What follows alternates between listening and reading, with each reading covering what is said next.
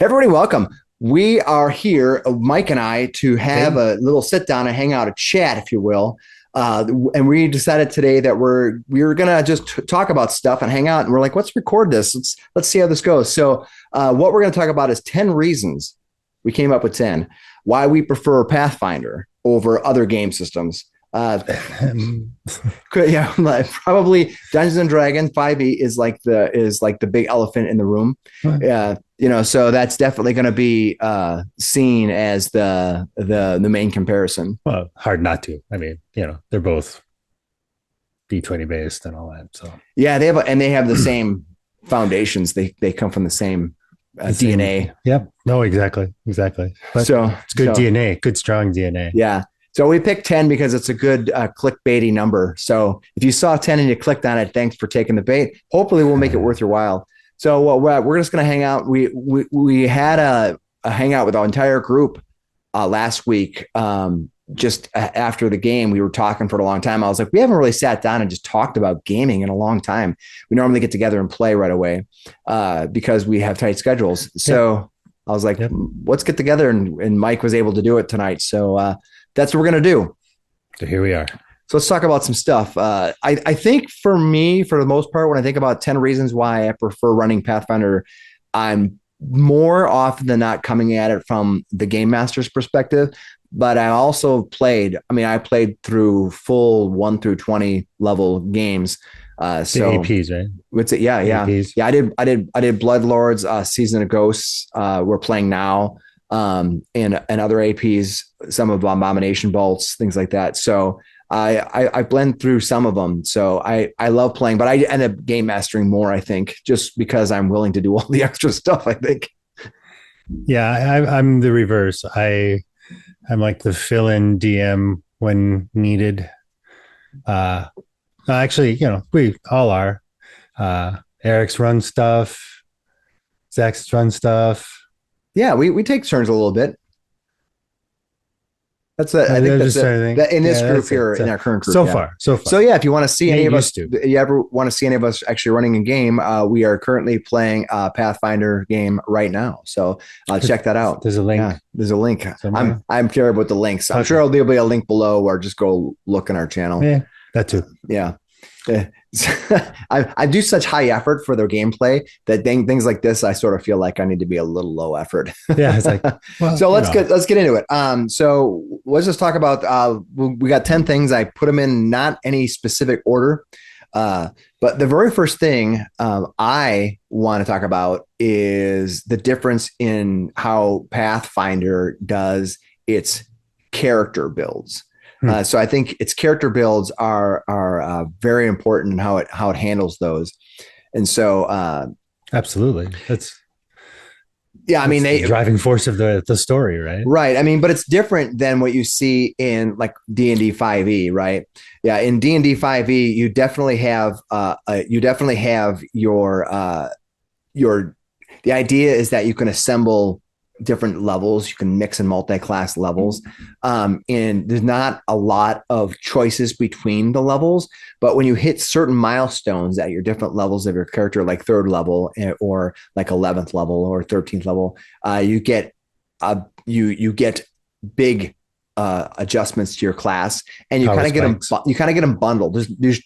There may be some classes. I'm thinking of like Circle of the Stars Druid, where you have some choices at those different levels, and then other classes are sort of like you're presented with like this is your subclass, and once you pick your subclass, you kind of have a menu with it.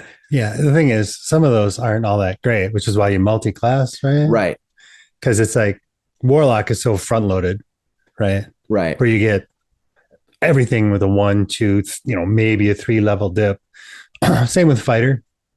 A two-level dip in Fighter is the most common. You got to get that action surge, right? And so there comes a point where we've talked about this before, where it's like, okay, if you're going to have this type of character, they're going to choose this because that's what you do. If you have a tank, if you have, your Gish, whatever it is, you're going to have, elven accuracy and be an elf and blah blah blah and do all that stuff. Not in the new version or the 24, I believe they got rid of that, right? Well, they'll come out with new splat books. I'm sure they'll Yeah. bring it back. Yeah. Yeah. But yeah, that's kind of stuff. It's like, oh, okay, you're going to have these feats. I don't know. But I mean, so they have these I call them like just like years in high school, you have gap years, right? You have gap levels where you just have nothing going on. And so the best thing to do is kind of mix and match the multi classing. yeah. But you, in a lot of the ways, you kind of lose your identity. You have to kind of come up with a narrative of why you have 4 different classes or why you have to do these things. Whereas in Pathfinder, you have this main narrative and you can mix and match archetypes, which is their way of doing multiple multi-classing in a way. You get like the color, you get a splash of the other classes. Yeah. And I love it. Yeah, and they also have like it's not just other classes that they archetype into. They have a lot of just archetype classes that you can do or effects you can do. Like if you can look here, if you you can go under the different archetypes that they have here, and they have like you can be the celebrity dedication or the bastion or the artillerist. Or the acrobat. That's this current dwarf that I'm looking at on the screen being an acrobat is it's interesting. He's a dwarf, but he's also an acrobat. Right. Yeah. He's a dwarven fighter acrobat, and so you can kind of really mix and match your classes and how you do things, but it's just the assembling of all the feats that I really like. I think that's great. The other thing I really like about these classes is that you aren't just picking your skills as you just don't turn it on and off like in D&D for the most part, although you can get expertise, in the most part you just sort of turn on or off a particular skill and then it just grows with you. Exactly. And it's like, okay, it's just your proficiency bonus plus whatever, right? Yeah. And your proficiency bonus is the thing that grows because of the way bounded accuracy works. Whereas in Pathfinder, you have the different levels of expertise. So you have trained, expert, master, all the way up to legendary. Oof. And different things that you do in the game is affected by that, because certain things they may say, for example, you need to be an expert in thievery, right? Or you need to be a master in religion in order to do that. And it's really allows certain characters at certain times to specialize. I appreciate in D&D 5e when you have the ability that everybody has a chance to do a lot of things. I think there's a coolness about that, and there's nothing wrong with that to an extent. But yeah, like whereas like the barbarian can randomly roll a 20 and understand what some rare arcana that the wizard couldn't understand. Like what? Yeah. It's kind of hard to make sense of it sometimes. Yeah, and I appreciate it. If you're the barbarian and you do that, it's a cool moment for you, but it's also not the great moment for the person who's the wizard or the sorcerer, right? And so, but then you can kind of hone in on your skills. So I really appreciate that about the building all the character classes. And being able to pick your different types of feats, whether it's your class feats, your ancestry as feats. Some people might think it's cumbersome to stack all of them, but it really isn't, because you're picking them one level at a time. And you can, like all good builds, you can reach ahead 20 levels and build them all out. Yeah, and there's an easy way to do that. We'll talk about that later. Yeah, I mean, we can see it on here where I look through the 20 levels of characters, and you can see all 20 levels here. But with some of the tools we'll talk about later, that it's really helpful. But I mean, the idea that that you could do that in any of the game systems, reach forward, but you don't have to necessarily with it. You can be kind of pick them as you go. So I really appreciate that about the game and about the classes that you can have. Oh yeah, definitely. It's the customization that you can do on any character is incredible. How you can have, a cleric or a sorcerer, and you can divide them out, or druid, and have them 4 druids in a party and have completely different druids. Yeah. And the other thing that is a misconception, I think, in Pathfinder is that you have to always be super highly optimized. They always talk about it being Mathfinder and being super optimized. That really comes down to your game master. It's just like D&D. Like if you have everybody making a character from D4 Deep Dives where he's gone through and he's hyper built the character, if you have four They're really characters or good. five, they're fantastic. But I mean, as a game master, you Yeah. have to highly adjust your game to sit either that or the whole table is the whole notion is that you're going to run over everything, which could be fun too. There's nothing wrong with that. But I mean, as a game, you have to decide. So as a game, you can decide. I don't. We don't necessarily have to have a +4 when we start with this. And if everybody kind of agrees, the game master can just adjust things. Okay, well, we're going to know that putting a deadly encounter against these guys might be a little too deadly. We want these characters want to have fun with the game. There's nothing wrong with that. Or you can be like, we're highly optimized and we're going to go for every +1. And the game master's like, all right, well, now I know it's on and I can just be aggressive with that. So yeah. Oh, yeah. Yeah, the next thing I really like about number 2 on our list, I think to talk about, which I think is really cool, is the idea of the Pathfinder trait system. I think that I know there's other ones we're going to talk about later seems to be really high on the top of lists, but for me, like the trait system is just amazing. Like if you look at any piece of equipment. We can bring up anything like I'm going to bring up. Let's bring up like the club. Right away. The club has a trait which is thrown. It tells you so. It answers a lot of questions. And so I tell people whenever you're trying to learn Pathfinder itself, really look at understanding the trait system.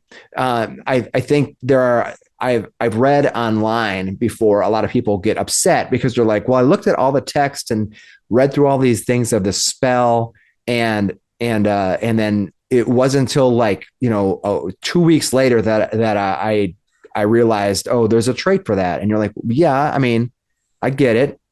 So like, if you look at like Tanglevine, I brought it up. Tanglevine is an attack. So that tells you right there that it's subject to the multiple attack penalty.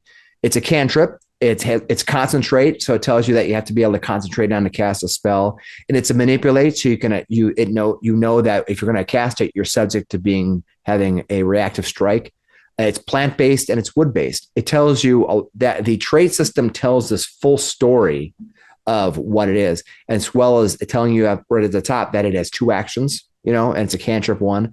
There's a lot you can tell about a Tanglevine, but before you even read any of the actual description, and they hide a lot of information in very small but very pronounced pieces in the trait system. Yeah. So I think learning the trait system. I think learning the trait system is very important. And if you learn to the trait system, if you're struggling to find a way to learn the game, I say just get really used to looking at the traits, like the very first thing, especially as a game master. Oh, yeah. But even as a player, when you're looking at it, the traits is important. Excuse me. Yeah.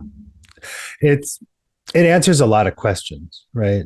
It's like, once you know what concentrate is, they don't have to put that. And it also reduces space in your cards and stuff like that. Cause it's like, like you said, it has a whole lot of information in those 5-6 words.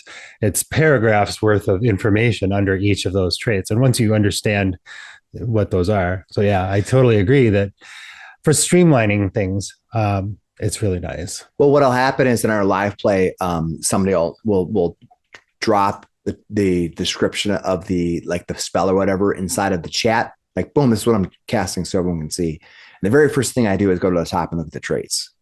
There was a question early on, for example, can I throw this as a bomb? Well, let's look right away. It was like, well, what's the trait say? Does it bomb. say thrown? It says bomb. And I'm like, okay, well, there you go. That answer. Don't have to look up information. So if you hear a lot of people tell you that Pathfinder is a lot of looking up information, it really is understanding how the information is organized, and you'll have less trouble, I think. Absolutely. So that's the second thing I really like about Pathfinder. The third one, we're going to jump back to the old reliable, and that is the 3-action economy.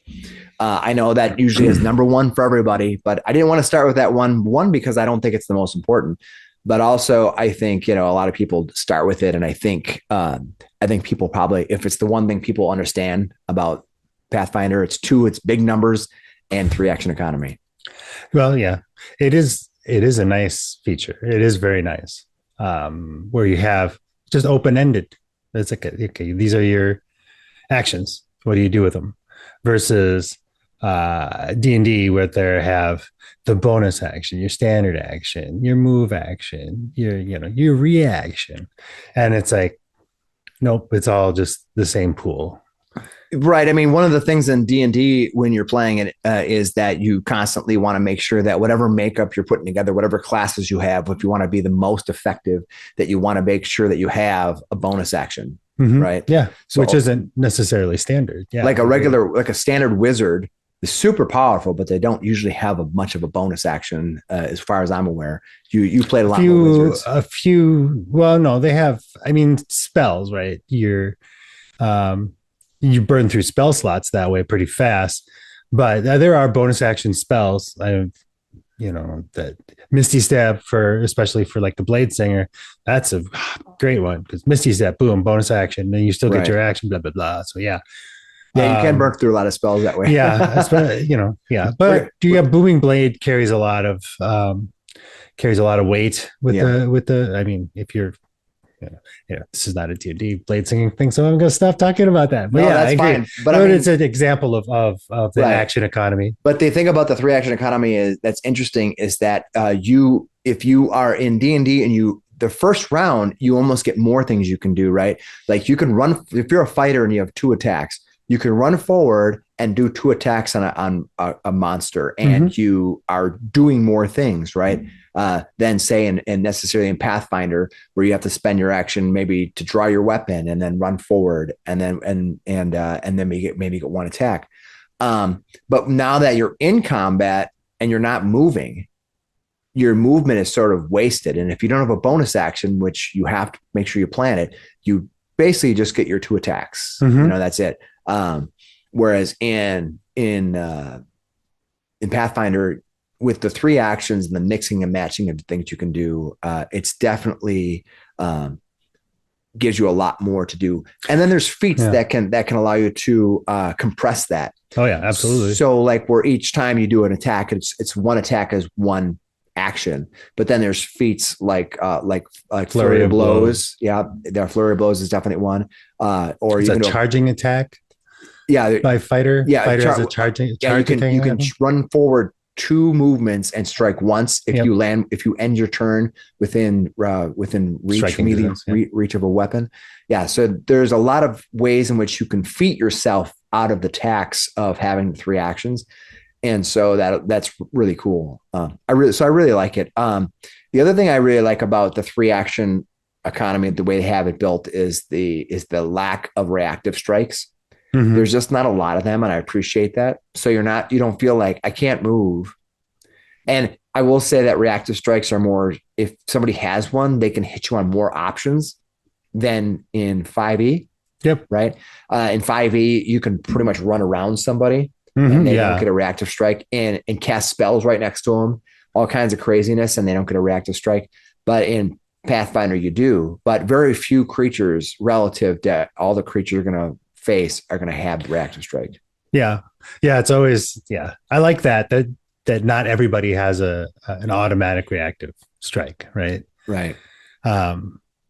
Because then it leads you to be more reckless. And then when you do, you're like, oh, they may or may not have one, you don't know. But that's the other part of the 3 action economy that I like, is the amount of important skills have in a combat, right? You can use your skills to recall knowledge, to do things, to give yourself bonuses and help yourself, it's like, oh, here's their weakness. Oh, without having to have someone have read the thing and it'd be really annoying and have all the monsters memorized from. Right. And also the ability to take a lot of feats that will get you free. You can, if you want to be a power gamer and you really want to master your class, we'd go back to the character building, but it kind of goes along with the 3 action economy, is the idea that you can maximize the number of things you can do around, because Pathfinder is really built around the breadth of items, having more choice and not necessarily stacking bonuses so that you get 50, 60, bonuses to hit necessarily by doing certain things. You have to do it condition wise, but you can frighten whatever. So which also leads to more team play. Right. For sure. Absolutely. And that's one coming up. So we have some of that coming up. We'll talk a little bit more about team play in my list, but yeah, team play is definitely a benefit. The one thing I wanted to talk about, and it was a big deal a couple of years ago in Pathfinder, where there was they had the notion of what they called the quote unquote illusion of choice. Where you were like, I play the same cycle of over and over and over again. And I think that's actually not just a Pathfinder problem. I think it's a game problem. When you're a wizard, you're going to cast your highest level spells. If you have a bunch of baddies, you're going to cast Fireball. Like, that's the joke, right? Yeah. Joke. It's like Warlock, Eldritch Blast. You're going to Eldritch Blast. The funny cartoon where everyone's looking at Bart Simpson and they're like, say it. I cast Eldritch Blast, right? But it's funny because it's true. So what I think, if we talk about the illusion of choice, I think the illusion of choice is broken, but not by the player. I think the illusion of choice is actually broken by the game master. Well, you have limits, right? You have limits. It's the game, right? You have limitations, because you have a standard rule set that everybody has to play by. Well, then your illusion of choice, your choices are limited to what's available, right? Now, what you do with those choices, that's where the fun comes in, right? But so I get it. Yeah, and part of it is making it so where I talk about the game master coming in is making sure that you're putting your enemies up against your players that aren't so powerful that nothing's effective, right? So they have to rely on their maximum piece solution to do it every time. Especially sometimes it's fun to have a -2 or -3 fight, so the players can just exercise crazy stuff, right? Yeah, like show off, right? Basically, show off. I want to do some crazy stuff. I want to jump in and do things, and then sometimes even when you have a really hard fight, it's the game master's kind of a responsibility to give you a different look. Like, are there cliffs involved? Are there pit traps? Is there falling debris? Is there something that happens that if you step on these certain plates, traps, suddenly electricity reigns throughout. So now your movement, you have to be very precise in where you move to. So sometimes you have to run around, and when you do that, you use extra movement, so you have limited, right? Yeah, and where movement actually matters also. Yeah, for sure. Sure. So the 3-action economy is definitely a big deal in the game. And it, like you said, it does lead to team play. So we can talk about team play a little bit.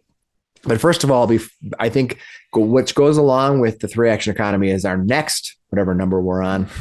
I said 10. There's 10 on my list. I didn't number them, but whatever the next one is, put the number up there. Thanks. Yeah. I think it's 3 though. Yeah. So the next one is part of that is the 4 degrees of success. And again, that's another one that comes back and forth. You hear it a lot, but I think the 4 degrees of success from a player's perspective are the fact that you can build up your benefits as a team or as an individual to get yourself to crit more often. Oh yeah. Yeah. I see that. And I see from a player's perspective, that's much better than in the long run, game by game, than like the 5e way, in which you basically have a magic threshold. Then you cross a threshold and you do or you do not. It's the Miyagi of otherwise, yeah. So if you hit the magic number, and a lot of it's so much wasted, like, if you're a fighter and you are like a level 7 or level 8 or level 9 fighter, and you're going against one single goblin. In D&D, they talk about the idea of bounded accuracy. That, you can fight a goblin or you can fight 10 goblins. I have never had that really work. I've tried it where I put a lot of little minions against the party, 8th level party, 9th level party. It's a total wipe by the goblins. It's not even a chance.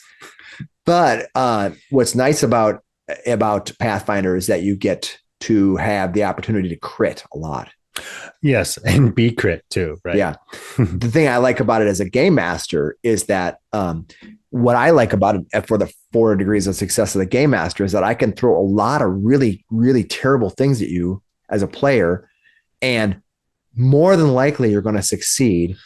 And sometimes you're going to fail, which means it's kind of a, it's kind of, it's uncomfortable. Oof. Sometimes like you take some damage. Sometimes you may have a condition, you might be frightened, or you might be thrown prone or something like that. And then on rare occasions, you're going to seriously get screwed.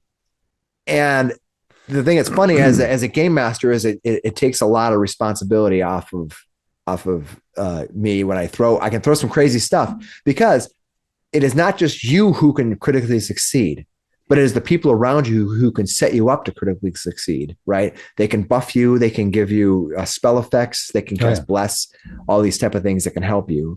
And then if something bad happens to you, your party can help mitigate it. For example, if you get bleeding, they can give you the aid action, which gives you another roll to recover from your persistent damage or persistent fire. You can throw water on you if you're burning and things like that.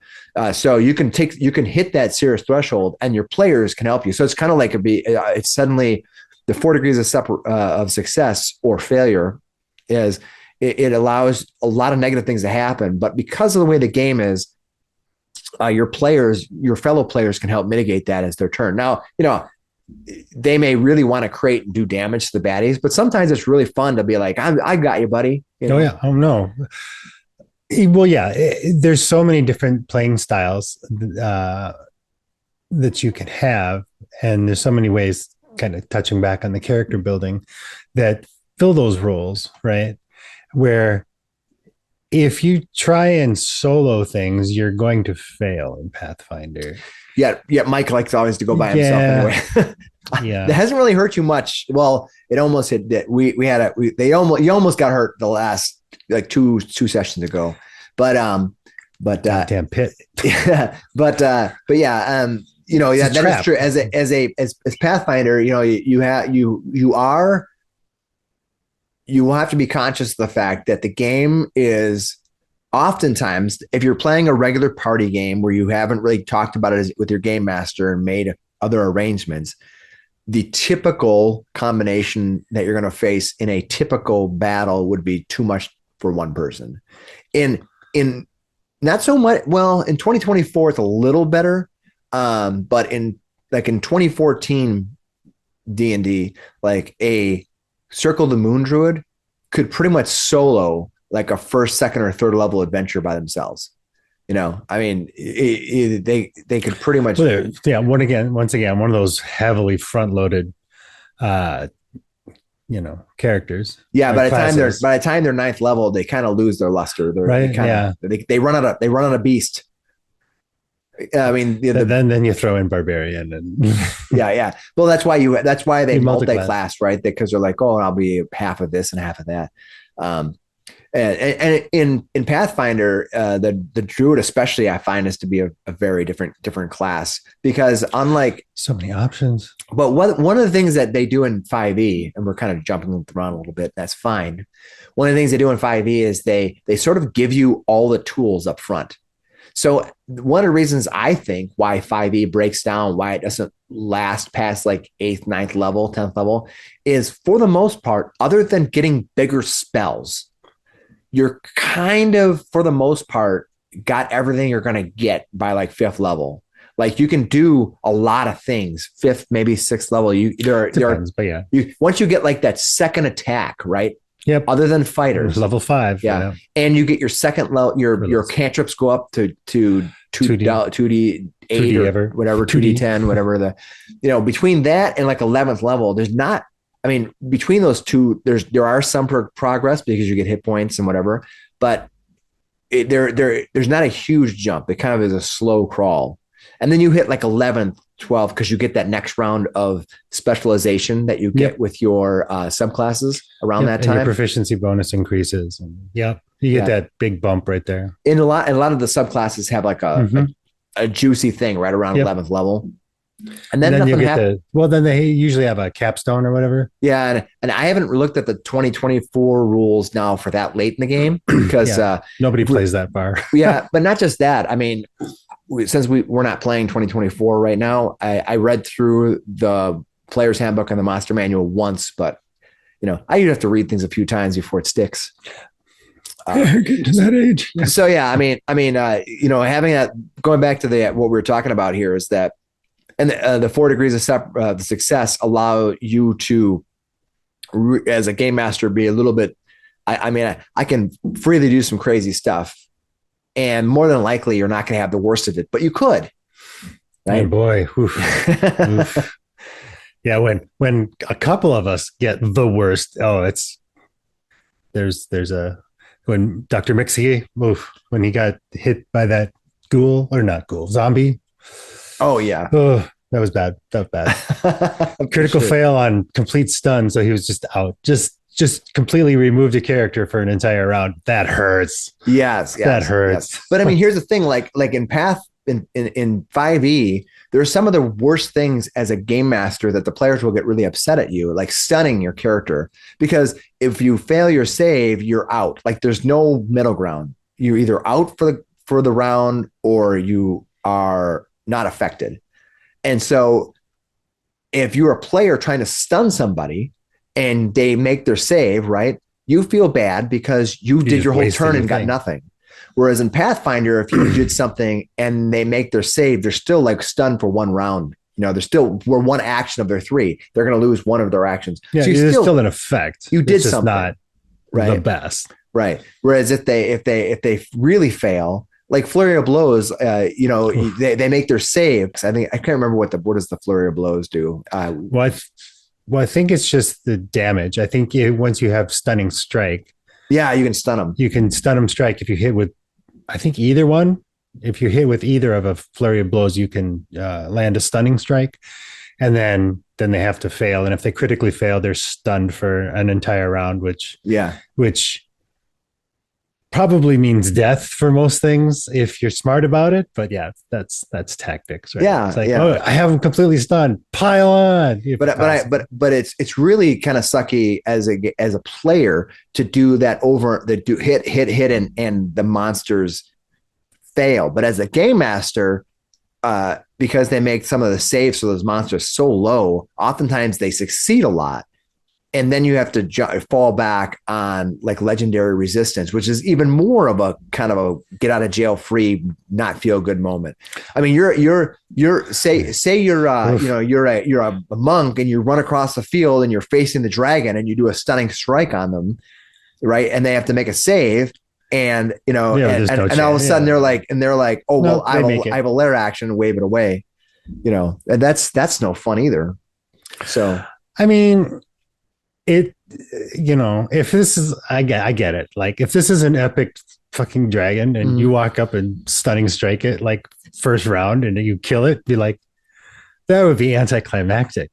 You like, oh, that's. But in D&D terms, or in Pathfinder, they have the incapacitation. Mm-hmm. So in Pathfinder, if you are a monk and you're running up and you say you're a level 15 monk and you're facing a level 20 or 19 dragon, which would be a super high level for you to face, and you go to stun it, remember that because of incapacitation, they get to be 1 degree, part of the 4 degrees of success. Mm-hmm.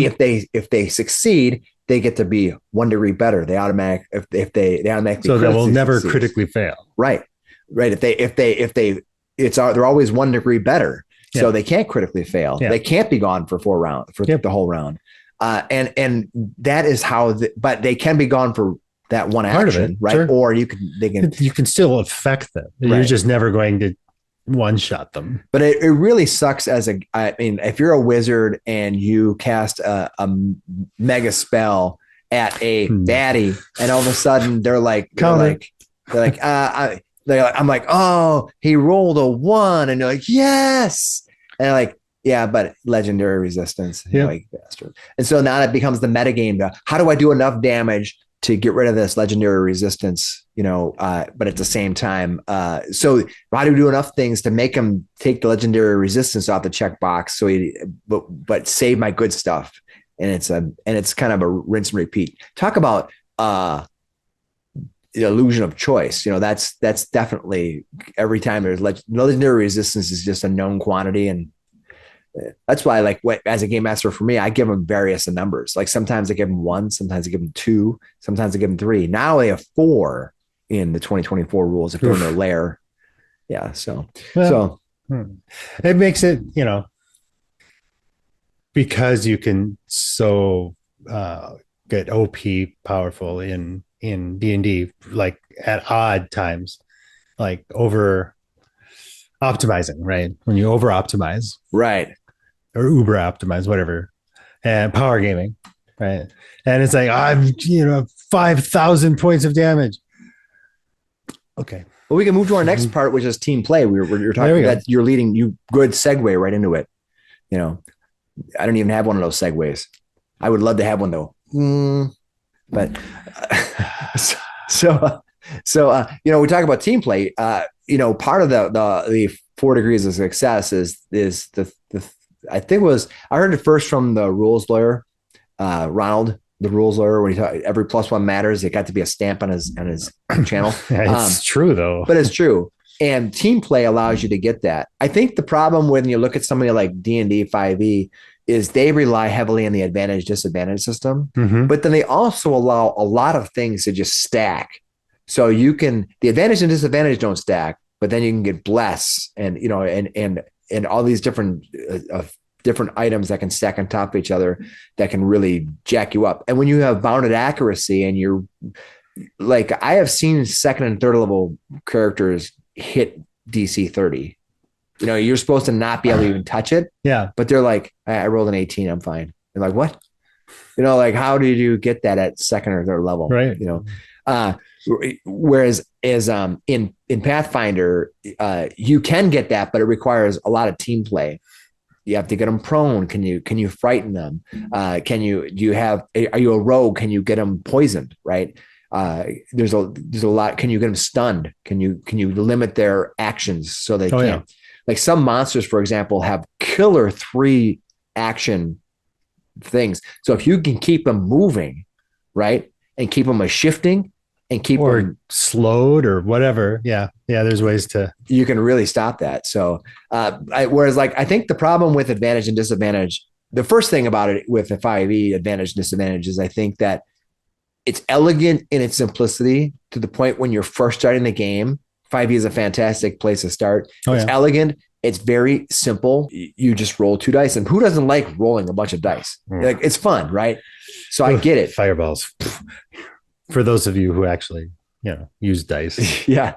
But we use dice. We the only reason we don't use dice is because we record our game. Yep. We actually had people request us putting our dice up on the board. The big 3D die. Well, no, just the rolls. Just the rolls so they could see it. In our early games, we just didn't do that. Some people rolled the dice and some people just rolled on that thing. And but going back to it, I mean, the other problem, but the thing about advantage and disadvantage, we talked about that, is that you have the idea of them not stacking. So you can have, I wrote some stuff down here. You can have somebody blinded, prone, poisoned, and grabbed. And the only thing you do when you come up is you get advantage. And all they need to do effectively is cast darkness. Yep. And now if you have a bunch of wolves attacking you, like a big pack of wolves, and they're going to surround you, they get advantage in all those attacks. You need to cast fog cloud, or you know what I mean? And that you pretty much mitigate all their benefits, right? With one spell. So the problem is having disadvantage in the bounded accuracy system is really bad, but it's also really easy to mitigate. Mm-hmm. So when I'm running a 5e game, I assume you guys are going to have advantage in every attack, and I'm surprised when you don't. Yeah, me too. So whereas in Pathfinder we talk about the team play, that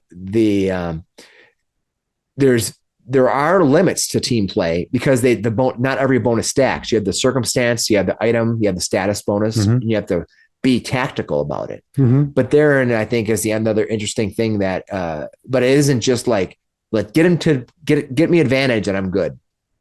Because it's like there's not a huge threshold. It's a micro steps. Like are they frightened 3 or they frightened 1? It's a big difference. Like if you critically fail at the higher levels, you can get people frightened 3, frightened 4. Fleeing, that kind of stuff, right? You as a fighter at a high enough level, you can literally walk into a room and before combat even happens, you get to make a barbarous yelp that can give everybody, I think, in a 30-foot range, make them frightened. In part of your turn, you can be like, I think it's like the dazzling display. You can literally be like, and everybody in a 30-foot, everyone who can see you, and you get a +1 to that roll if it was followed a crit, right? I mean, it's really cool. Yep. So there's some really cool stuff you can do to really enhance your round to round action. So yeah, I just think that there's a great aspect of team play in the game, and I really enjoy it. Anything else you want to add about that? Nope. Can't think of anything. Sure. So switching directions a little bit, we kind of flowed right through a lot of those. I think those that I jumped around as we talked about it, but changing it up a little bit. We have the idea of the secret roles. Now, me as a game master, I love the secret roles. How do you guys feel about it as you players?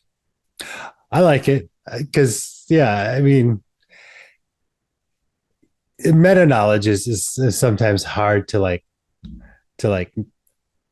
not take into consideration. But if we don't make the roll and know, right, it's like, well, I rolled a 1. I know I massively failed. And then, I mean, it's good for like encouraging role playing. But at the same time, when you do it, it's like, you have no clue.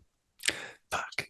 It's like, so like the secret roles for anybody who's just watching this and just listening to the discussion, the game master makes certain roles in the game. For example, when you are actually going to try to stealth and beat somebody else's perception, because you're going to make a tactically different decision if you roll a 1. No, absolutely. Right. Absolutely. If you roll the 1, you're going to be like, well, I'm going to move 5 feet and I'm not, but if you roll a 20, you're going to be like, I'm running, and you don't know that. So the interesting thing is you're like, I'm going to roll stealth and it's a secret roll.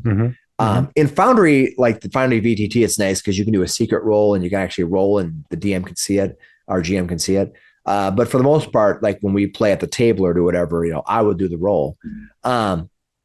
I think it's very interesting because it doesn't allow you to do a lot of metagaming inside of there. So that's really cool.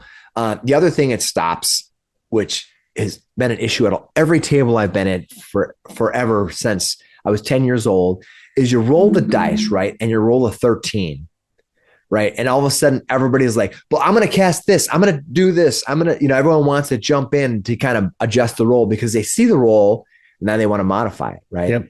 And because they see it's worth it, because if you roll a 3, they wouldn't. If you roll an 18, they wouldn't, right? But if you roll in the middle, suddenly it's a big deal. Whereas a secret roll, before I make the roll, I can actually roll it and people can be like, before I announce it, people are like, I want to, can I use my, do this, cast this thing or whatever, if we're not in combat? Oh, I want to cast guidance or whatever before you do that. Okay. I haven't told you what it is yet. So, the number's not going to change. Right. And then you can make that decision and I can be like, okay, you passed or you failed, you critically succeeded, whatever.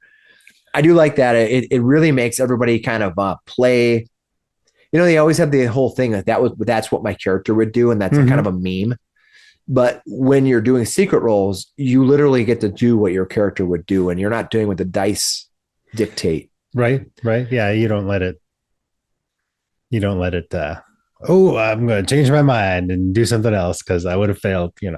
I get it. Yeah, the whole meta play, right? Yeah. And a part of that also is the knowledge checks where it's a secret role, because it's like you can get something really good and you get 2 or 3 of them. You're like, or you get something really bad You get two or three of them, but they're all wrong. Or maybe one of them is right and two of them are very wrong. And it leads to a lot of like, Well, I mean, we can talk about recall knowledge because that's another thing where inside the game, actually, I did a video on this channel last year, which was about bringing recall knowledge to D&D, mm-hmm. Oh, how yeah, you can do it. Good. And recall knowledge is what I love about it is that it's embraced by the system. Mm-hmm. All of the monsters, all of the items that you're going to find when you run an AP, they tell you what the recall knowledge checks are for all these things. So that's really ingrained in the system. It's not like you as a game master are making up having to do that. How do I do everything? How do I recall? Oh, they're going to recall knowledge on an ooze. Is that a 14? Yeah. I mean, they're going to tell you right away what it is and they bake it in. But the great thing, so what happens is for people who are just chilling out and listening, the player will be like, I want to take an action. It's usually one action, and I want to do a recall knowledge. And what you're trying to decipher is what you've heard in the past. What metagame information do I know about as my character, not as my player? Mm-hmm. And then I can tell you if you succeed, and if you critically succeed, you get to know 2 pieces of lore, which is nice. And I like how they've messed with the standard accepted things, like all skeletons are, susceptible to bludgeoning. Well, some of them are. I mean, not all of them. So and you're like, oh, I'll just bring out my mace, and it's like, oh, it has an incredibly dense bone structure, and your mace doesn't seem to do as much damage. You're like, what? Oh, I will. It's not on my list. But if you had recall knowledge before, if you went, it leads for more tactical play. You're like, oh, what the hell is this? I'm not sure. I think I know what it is, but here, I'm going to take a second to think about it. Right. And it shows in the game. It's like, oh, no, I need piercing, whatever it is. Yeah, it's cool. I like it. Yeah, I didn't have it on the list, but I was going to say that one of the things I would have if there's an 11th, this video goes to 11. Insert one here is the wide variety of monsters, ancestries, and different characters types in the Galorian setting. Mm-hmm. But just the number of different actions you can have for built-in custom monsters that you just get out of the box. I mean, they're just really cool. The different actions as a game master without being like, if any of you have ever come from Pathfinder 1E or 3.5, the 3.5 and Pathfinder went out of their way to make monsters stat blocks literally make sense. Like they'd give them feats. They literally give them like I'm going to give this creature the toughness feat. Like, no, just give them hit points. Who cares? But in 5e, they were smart and they made the monster simple. But in Pathfinder 2e, they've also made the monster simple, but the special abilities they can do are way better.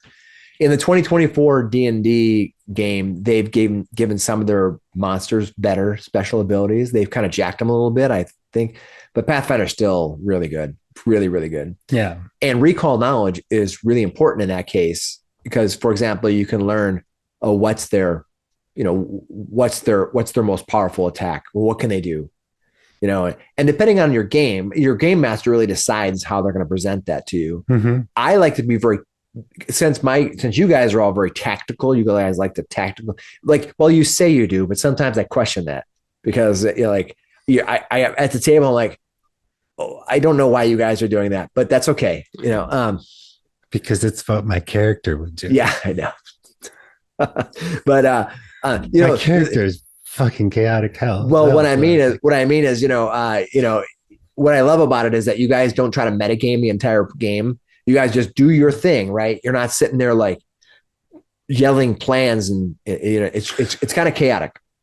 Whereas I've been at other games where literally it's like a chess match. Everyone's yelling, you're about ready to do this, and you're like, don't do that, do this other thing, do that. That's fine. But I will say I've never done that. Yeah, the actions that you get for your baddies are just really interesting and constantly have curveballs to them as you approach every monster. You never know what they can really do, which I really appreciate. The next thing I have on our list, the other thing about recall knowledge, which I love, is it can give you false information. Yeah, that's what I'm saying. Yeah, it's like that 4 degrees. It goes back to the 4 degrees of success. You don't know where you landed on that spectrum, right? So, he gave me 2 things. Oh shit, he gave me 2 things. Well, if you have dubious information, yeah, right, which is a feat. But just you could fail and get an incorrect piece of information. You'd be like, all right, what's the ogre's weakest save? Fortitude, right? Yeah. I mean, maybe Really? it's obvious, but also it could be a different ogre and it could be the truth. Yeah, because the game, like I said, yeah, they up. do. They, I like how they upended things where it's like, oh, that whole skeleton with the super enhanced skeletal system. Absolutely. And now it's weak to lightning or whatever it is. Yeah. I'm trying to think of was there a skeleton like that? I don't remember, but there could be. No, I just pulled it out of my butt. Make it up, right? And we'll talk about making that skeleton sometime. The other thing next on the list, I really have to have a number system up here going. Social encounters. So one of the things I like to try to debunk myths about Pathfinder a lot. Actually about D&D too, because there's a lot of myths about that game too that are bad, and it's still a good game. Yeah. But one of the things they talk about is like, oh, it's Pathfinder, you can't role play in that game. And that is not the case at all. No, that is not the case at all. First of all, just like every game, you can just wing it. Your players and the DM can you meet an NPC and you can just throw your character stats out the window and just have fun. There's no rule that says you have to force somebody to make a diplomacy check, force somebody to make I want to do a lie. Yeah, totally. If you get into the role playing thing, that means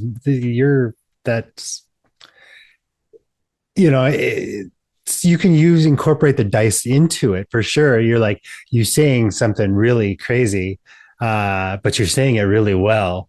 Like, okay, give me a roll and we'll see how well you do. I like that. I love that part of it. What is it's the 3 pillars, right? In Pathfinder, they talk about that. You have your encounter, you have your social interactions, and then you have exploration. I didn't even have exploration on here. Damn it, we're gonna have 12 now. But I love that aspect. Well, this is part of I figured the social encounters is part of that 3rd pillar, right? Sure. The one that's often overlooked, which is that role-playing aspect, right? And they do have systems in place for that. There are some cool ones. The beginning of Kingmaker, you start with a social interaction. You start at a party, and it's all role-playing stuff that incorporates a whole rule set, but it's optional. You don't have to have that, but it is very cool to do. And they have a controversial set of skill challenges, which they brought over from, I believe, fourth edition D&D had skill challenges too. I was never a big fan of skill challenges. They still have them in Pathfinder 2nd edition. I find them to be sort of anti-social. Like you turn your social encounter into a bunch of skill rolls. They have them in the game, but like everything in role-playing games, you don't have to go with it. Oftentimes I just like if you watch our live play. But you set the DC, right? So you're setting the DC. If the player does incredibly well, they've just go over the top with their role play, well, your DC is 2. Just don't roll a 1. Don't the entire time you had spinach in your teeth and he's grossed up by spinach. Kind of rolled. Like for me, when I'm game mastering, when I think about how I'm going to handle the social situation, I rarely don't go by how well somebody role plays a character. And the reason I do that is because it isn't always the case that everybody at the table has the drive, has the desire to become the greatest role player in the world. But that's what the dice are for. But if I think about what if they can think about an idea, some people even can talk in third person. My character or second person, like my character does this, that John or sneaks up and is going to walk up to the guard and he's going to try to bribe him with some, give me some, try and bribe him, with this and with this. And if he gives me some more color, some more information, some more dimension to it, he doesn't have to role play it. But then I'll be like, okay, cool. That's your thing. And at the same time, if you're into role playing, that's cool. And I think, I think if you're good about that as a game master, nobody ever feels bad because they're not doing funny voices,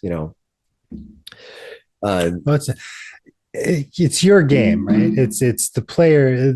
Play how you want to play, right? So you don't have to do stupid voices, or silly voices. Yeah, I just like to. One of the things I had on this list that I think we're going to do a whole other video on, because we're going to kind of wrap things up here, is the rules for that. One of the things I do love, and I'm just going to touch on it very briefly, is they have a whole bunch of rules for how to homebrew monsters, hazards, NPCs. All these things are baked right into the game. Which I really appreciate. They have rules on what's the DC going to be, what are the ranges, all that of your different saves and for monsters, and what special abilities going to have, and how to blend them at your different CRs. And they work. And the monsters made in the game, unlike D&D, which I find to be very chaotic. I don't know. Honestly, I don't think there's really a way in which they built the damn monster manual. Even 2024, which I was excited about. Here's the thing. In 2014, they gave you rules for how to make monsters, which they did not follow. Yeah. In 2024, they were like, fuck it. We're not even going to lie to you. We're not even including those rules. You want monsters, buy them from us, aside from all of the OGL Pinkerton crap like that, just that idea of like give me the way in which how to homebrew this game myself. I appreciate it. It doesn't mean I don't buy. I mean, I have a whole shelf full of shit. I have like, I don't know, like a whole shelf full of stuff I bought from them. So hundreds. Yeah. It's not like I'm not going to buy stuff from them, but I appreciate it. So I think we're going to do another, let us know down below. I think we should I think I'm going to cover it in more detail. Like this is a conversation. I think I'm going to cover in more detail how, and maybe you and I can talk about it together if you want. We'll get we'll get the board up. We can actually look at it out. But how to homebrew that stuff. I think maybe it'd be a fun thing where I ask you questions and we build a monster, absolutely, and build a trap and kind of come up with the story behind it and stuff. Well, yeah, like because so Alan, if we were going to put it in martial arts term, yeah, 4th degree black belt DM, he's very good, very very good at what he does. I brown belt maybe. I kind of know what I'm doing, but the amount of effort he puts into it is astonishing. I think we always appreciate it. I think it's the effort and not necessarily the skill, but that's okay. But I mean, I think that's something we can come back to, because I kind of wanted to wrap up on a couple of things that I think are really important as we wrap up here our conversation, just on the 10 things. And we threw a bunch of extras. I need to say 10 because that's where people click on. Sure. I try not to do clickbait, but we need clicks. Yeah. So if you got here, click, like, subscribe. Yes, please. Yeah. Do all the clicky things, Hey, because especially if you've made it this far, come on. Yeah. Thank you. But one of the things I appreciate about Paizo, above and beyond a lot of other game systems, but not necessarily a lot, mostly 5e, I think is the worst case scenario, is that they have a bunch of tools that community and that Paizo provide that makes the game free to play. And what's interesting is, once again, I have bought a crap ton of Pathfinder stuff. I have my whole Paizo online. I have bought a whole bunch of stuff online, less stuff for books for the remaster yet. I bought all of the digital stuff when it first came out. Most of it had it early, but the the fact that Archives of Nethys, you look at Archives of Nethys, there's every rule, but not just. Here's the thing: it's not just for their splat books, but it's for their adventures. It's just about every rule you can have out there. What they don't have is like the monster art, the lore, things like that, which is awesome. It's just stats, but if there's nothing stopping you from starting this game, there's no reason why. Like if you have a game master who bought the player's handbook and read it and said, I want to run a game, your 3 friends or 4 friends don't need to buy a subscription to D&D Beyond or any of that stuff to create 50 characters. Yeah. And then if you use Path Builder, which is my preferred one, Path Builder 2E. Oh, fantastic. Yeah. It is fantastic. There are other ones out there which are fine, but the ability for Path Builder, I mean, if you bring it up, you can see that here in Path Builder, you can make your level 1 and it will set your character up for level 1. And you can see everything is set up for your level 1 character, which is pretty amazing. And then if you want, then you can just upgrade your level to whatever level you want. And you can it tells you broken down by level everything you're going to get. So, and then it allows you also to have all of your optional rules. You know what I mean? Yeah. Like, them off. Yeah. So like if you open up if you say, I want to, where's that? There's a character options part here, character options.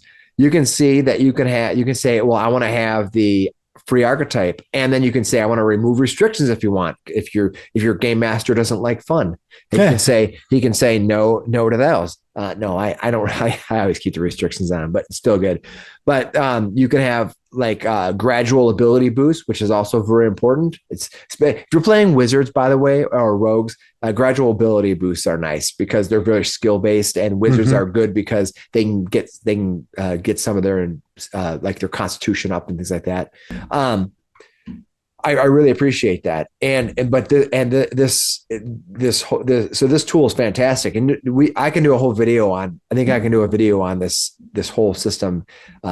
Easily. Yeah. So I think I'll come back to that, but then Archives of Nethys allows you to pretty much find whatever you want. Mm-hmm. And by the way, the best way to find stuff using traits, we talked about traits, like traits is amazing. Like if you can come out here to look at, let's look at armor.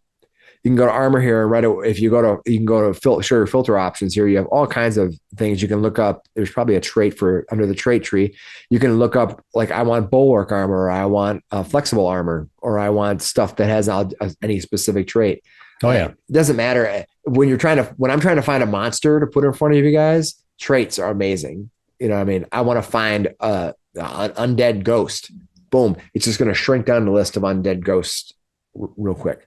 Mm-hmm. So I think that the free tools that they offer are just fantastic. Yeah.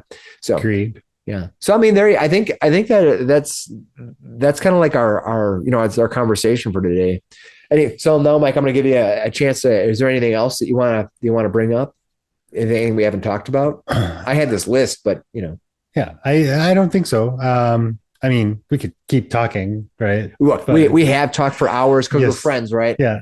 But nothing that is so vital that's like jumping out at me. But. So we're going to have more conversations. Some of them will be a little more technical. This one was a little, clearly more like a conversation. Pretty chill. Hopefully you used it to fall asleep too, but if you made it this far, apparently it wasn't that effective. Sorry for your insomnia. Let us know down below if there's any other videos that you want us to do, and we can talk about some more technical stuff, because we can get highly technical. Oh yeah. So yeah, easily. Yeah. Or build videos. Yeah. Build videos are good. Videos. Yeah. I know that like, there's some successful Pathfinder channels that are solely Pathfinder, and they like just review like the levels, like, oh, they get this feat, that feat. I think I will put them on, but I don't think I would want to cover just like a dump of here's information. I think I want to have an angle to it. So, so well, how does something get put together? Sure. So anyway, thanks for talking about us. Thanks for listening to our 10 reasons why we prefer Pathfinder 2E to the Other other things. system. Yeah, but we will be playing D&D. We also will play Call of Cthulhu. We have this game coming up right here. We got this Shadow Dark. Got that game on our list of games to play. Um, and then so that'll be coming up on our live plays. So hang out with us and watch some live plays if you want. Also, live plays are fantastic to go to sleep to. Oh yeah, yeah. I've done it. I've done it. Yeah, uh, that is definitely something that we've all done. So, all right. Well, thanks a lot for hanging out with us. We'll cut it off from here, and we'll see you in our actual adventure coming up next week. All right. Yeah. Sounds good. Bye. Thanks.